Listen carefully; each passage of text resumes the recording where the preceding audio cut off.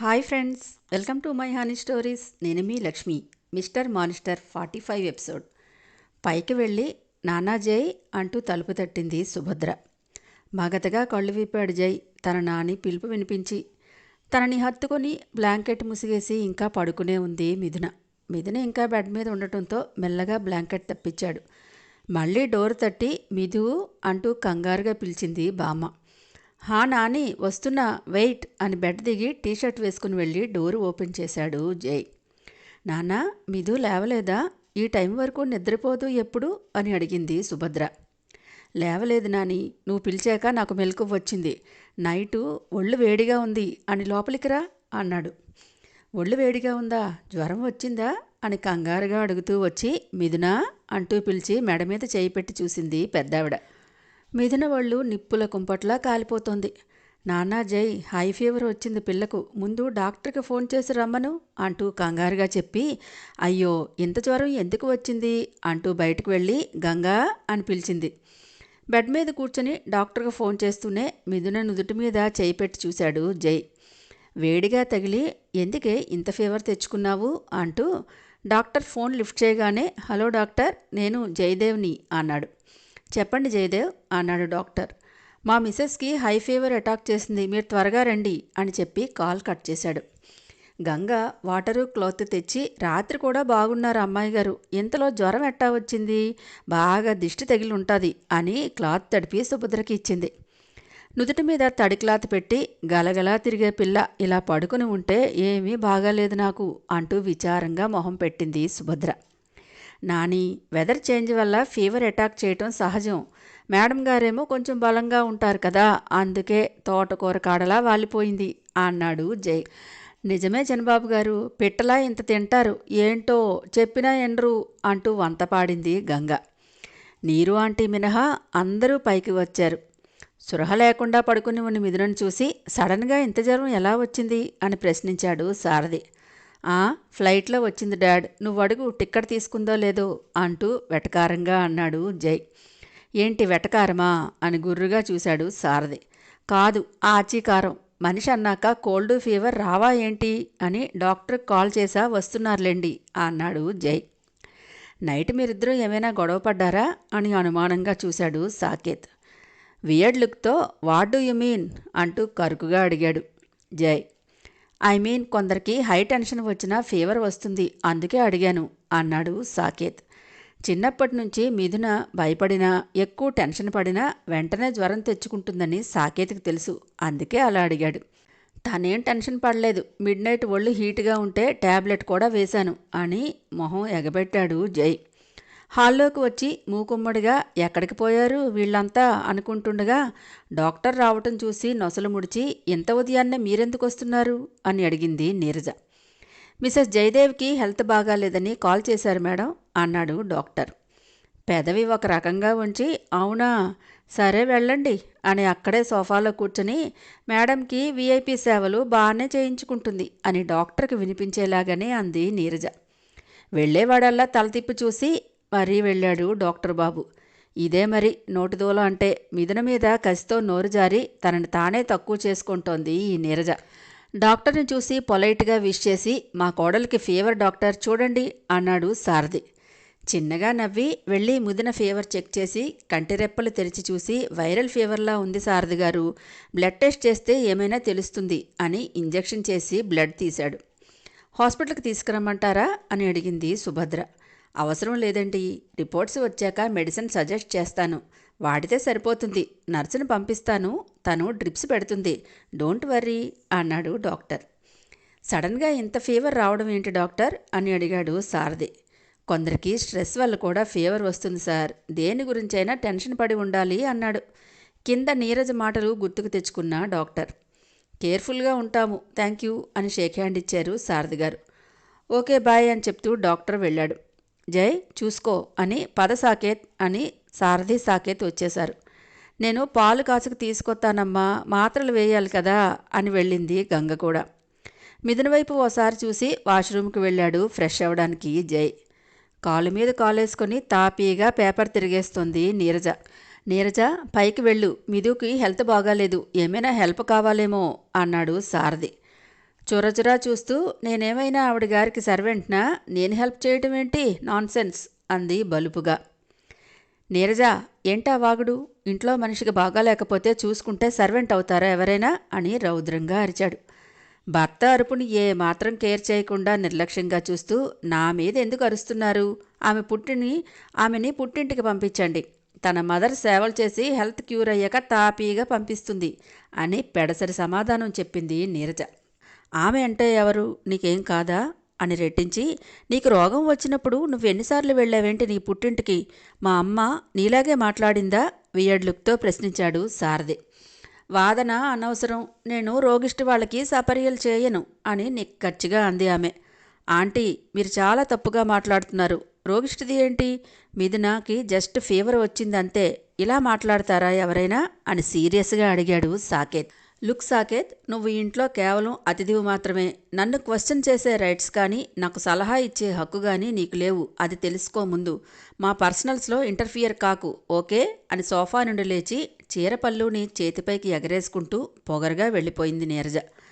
కోపంగా సారథిగారు వెనకే వెళ్తుంటే గబుక్కుడి చేతిని పట్టుకొని, ఆవేశపడకండి సార్, గొడవ పెద్దది అయితే మీకే ఇబ్బంది, లీవ్ ఇట్.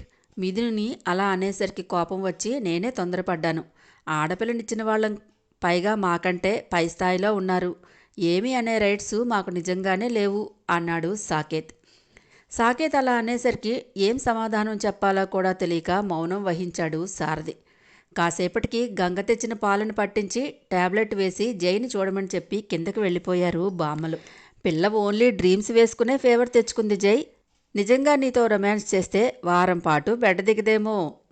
ఒళ్ళంతా చెమటలు పట్టేశాయి, ఫీవర్ దిగటంతో సన్నగా మూలుగుతుంటే బెడ్ మీద కూర్చుని క్లాత్ పెడుతూ మిధు అంటూ మెల్లగా పిలిచాడు జై. కళ్ళు మెల్లగా తెరిచి ప్లెజెంట్ స్మైల్ ఇచ్చింది. ఇప్పటి వరకు మూలుగుతూ ఇప్పుడు ఎంచక్కా నవ్వుతున్నావే అని ముద్దుగా కసిరి, ఎలా ఉంది అని అడిగాడు జై. తల పంకించి బావుంది అని, గుడ్, లేస్తే ఫ్రెష్ అవ్వచ్చు అన్నాడు. సైడ్కి తిరిగి జై తైస్ మీద తలపెట్టుకుని కళ్ళు మూసుకుంది. వీపు మీద నిమురుతుంటే, ఏంటే చిత్ర విచిత్రంగా బిహేవ్ చేస్తున్నావు నైట్ నుండి, గంగా అన్నట్లు దిష్టి తగిలిందా అని నవ్వాడు జై. క్యూట్ పప్పీలా మరింత ఒదిగిపోతూ, నాకే దిష్టి తగల్లేదు అంది ఆమె. దేనికో బాగా టెన్షన్ పడ్డావని, అందుకే ఫీవర్ అటాక్ చేస్తుందని డాక్టర్ అన్నారు, దేనికి టెన్షన్ పడ్డావు అంటూ రెట్టించి అడిగాడు. జై అలా అడగగానే నైట్ డ్రీమ్ కళ్ళ ముందు సాక్షాత్కరించి మొహం అంతా సిగ్గుతో ఎర్రబడింది పాపకి. నీతో డ్రీమ్స్ వేసుకున్నా అని ఎలా చెబుతుంది పాపం, అందుకే మౌనంగా సమాధానం అయింది తన నుండి. సరేలే, అన్నీ మనసులో పెట్టుకుని ఇలాగే కుళ్ళిపో, నో ప్రాబ్లం, ఈసారి ఏమైనా వస్తే కాళ్ళు విరిచి చేతిలో పెడతాను, పద అంటూ వాష్రూమ్కి తీసుకెళ్లాడు జై. తల ఎత్తి చూసి, అమ్మ వాళ్ళని చూడాలని ఉంది జై అంది ఆమె. కాల్ చేసి రమ్మను, ఇందులో నా పర్మిషన్ ఎందుకు అన్నాడు. అమ్మమ్మని చేయమను, నేను చేస్తే 100 ఆరాలు లాగుతుంది అమ్మ, పైగా కంగారు పడతారు కూడా అంది. మెల్లగా మిధుని చేతులతో లిఫ్ట్ చేసి, ఏంటి ఫీవర్కే కంగారు పడతారా అని నవ్వి, ఇవన్నీ కామన్ అంటూ వాష్రూమ్లో దింపి ఫ్రెష్ అయ్యాక పిలువు అంటూ డోర్ లాక్ చేసి వచ్చాడు. చిన్నబాబు గారు అంటూ పిలుస్తూ వచ్చింది గంగ. చెప్పు అన్నాడు. మీకు అమ్మాయి గారికి టిఫిన్ తెచ్చాను అని టీపాయ్ మీద పెట్టి వెళ్ళిపోతూ, మీరు కోసంత జాగ్రత్తగా చూసుకోండి, మేడం గారు ఎలాగూ పట్టించుకోరు అని వెళ్ళిపోయింది. అప్పుడు గుర్తుకు వచ్చింది జైకి తన మామ రాలేదని. అంతే, పిడికిలు గట్టిగా బిగుసుకుంది. ఎందుకామంట, నీకు కొత్త అంటూ రాగం తీసింది ఇన్నర్. భుజం మీద చెయ్యి వేసి మరీ ఊగుతున్న అంతరాత్మ చేతిని తోసి అసహనంగా బెడ్ మీద కూర్చున్నాడు. నా మీద కోపం చూపిస్తావు, లేకపోతే నా బేబీ మీద నోరేసుకు పడతావు, నీకు తెలిసింది ఇదే కదా అని వ్యంగ్యంగా నవ్వింది. నా సోలని కూడా చూడను, మొహం సొట్టపడేలా గుద్దుతాను, పో అవతలికి అని కసురుకున్నాడు జై. కొడితే కొట్టావులే, నా అందానికి వచ్చిన నష్టం ఏమీ లేదని నవ్వి, నీకు హై ఫీవర్ వస్తేనే మన మాతాశ్రీ క్లబ్లో మీటింగ్ ఉందని తుర్రుమంది, ఇంక బేబీకి ఫీవర్ వస్తే పరామర్శిస్తుందా పిచ్చి జయదేవ్ అంటూ కవ్వించింది సోల్. ఇప్పుడు ఆ చెత్తంతా గుర్తు చేసుకోవడం అవసరమా అని వియర్డ్ లుక్ ఇచ్చాడు జై. అవసరమే జై, ఒక మనిషిలో చెడు లక్షణాలు వచ్చి చేరుతున్నాయంటే తను పెరిగిన విధానమో లేక తన చుట్టూ ఉండే మనుషుల బిహేవియరో రీజన్ అవుతుంది కదా. పుట్టుకతో ఎవరూ క్రూయాలిటీ మనస్తత్వంతోనే పుట్టరు, పరిస్థితులు పెరిగే వెదర్ బట్టి వాళ్ళు అలా రూపాంతరం చెందుతారు. నువ్వు ప్లే బాయ్లా కుటుంబం అంటే గుడ్ ఒపీనియన్ లేకుండా ఉన్నావంటే నీ అంతటి నువ్వు మారిపోలేదు కదా, అందుకే చెబుతున్నా అంది ఇన్నర్. ఇన్నర్ అలా అనగానే తన 5th క్లాస్ చదివేటప్పుడు సంఘటన కళ్ళ ముందు కదలాడింది జైకి. స్కూల్ నుంచి వస్తూనే హై ఫీవర్తో వచ్చాడు. వాడిపోయిన మనవణ్ణి చూసి కంగారు పడుతూ, నాన్నా జై ఏమైంది అని దగ్గరకు తీసుకుంది సుభద్ర. నాని నాకు ఏదోలా ఉంది అంటూ ఆవిడ ఒడిలోకి చేరిపోయాడు. అయ్యో ఒళ్ళు కాలిపోతోంది, జ్వరం వచ్చింది నాన్న, పద అని ఎత్తుకొని రూముకి తీసుకెళ్ళి బెడ్ మీద పడుకోబెట్టి ల్యాండ్లైన్ నుండి డాక్టర్కి ఫోన్ చేసింది ఆవిడ. డాక్టర్ వచ్చి జైన్ చెక్ చేసి, ఇది ఆటలమ్మ ప్రభావం అండి, కేర్ఫుల్గా చూడండి, నేను మెడిసిన్ ఇచ్చినా మీరు వాడరు కదా అన్నాడు డాక్టర్. నేను చూసుకుంటాను డాక్టర్ గారు అంది సుభద్ర. సరే అండి, ఇన్ఫెక్షన్ తగ్గాక బలానికి మెడిసిన్స్ వాడచ్చు అని చెప్తూ వెళ్ళిపోయాడు. అంతలోనే ఫుల్గా మేకప్ అయ్యి మెడలో డైమండ్ సెట్ని సరిచేసుకుంటూ వచ్చింది. ఏమైంది అంటూ అడిగింది డాక్టర్ని నీరజ. జైకి ఆటలమ్మ పోసింది నీరజ అంది సుభద్ర. అది వైరల్ ఇన్ఫెక్షన్ దగ్గర ఉంటే మనకి సోకుతుంది అని 4 అడుగులు వెనక్కి వేసింది. జై మామ్ అంటూ పిలిచి చేతులు చాపాడు దగ్గరికి తీసుకోమని. నో జై, నువ్వు ఎవరిని టచ్ చేయకూడదు, పడుకో అని అత్తయ్య, నేను క్లబ్లో మిసెస్ రావు గారి బర్త్డే సెలబ్రేషన్ చేస్తున్నాను, రావటానికి లేట్ అవుతోంది అని చెప్పింది. నీరజ మాటలు విని డాక్టర్ నొసలు ముడిచాడు. పిల్లాడికి అలా ఉంటే నీకు ఊరి వాళ్ళ పుట్టినరోజు పండుగలు కావాలా నీరజ అని చిరాకు పడింది సుభద్ర. మామ్ నా దగ్గర ఉండవా, నాకు భయం వేస్తోంది అని దీనంగా మొహం పెట్టి పిలిచాడు జై. విసిగించకు జై, మీ నాని చూసుకుంటుంది అని మొహం చిట్లించి బాయ్ అంటూ వెళ్తుంటే వెనక నుంచి మామ్ మామ్ అంటూ ఏడుస్తూ పిలిచాడు జై. ఆ ఏడుపుని కేర్ చేయకుండానే వెళ్ళిపోయింది నీరజ. ఏం తల్లండి బాబు అని హేళనగా నవ్వి డాక్టర్ కూడా వెళ్ళిపోయాడు. తనెంత పిలిచినా తన మామ ఉండలేదని కసి కోపం రగిలాయి జైలో. సుభద్రను కూడా దగ్గరకు చేరనివ్వకుండా అలాగే పడుకుండిపోయాడు. నీరజ గురించి పెద్దగా పట్టించుకోకుండా ఎక్కువ బిజినెస్ మీదే ఫోకస్ పెట్టాడు సారథి.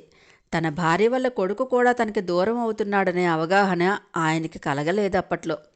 ఫీవర్ తగ్గి ఇన్ఫెక్షన్ పూర్తిగా నయమయ్యాక పట్టుకొని కూర్చున్నాడు తన హాస్టల్కి వెళ్ళిపోయి చదువుకుంటానని. బామ్మ తన డాడీ ఎంత చెప్పినా తన పట్టు వదలలేదు జైబాబు.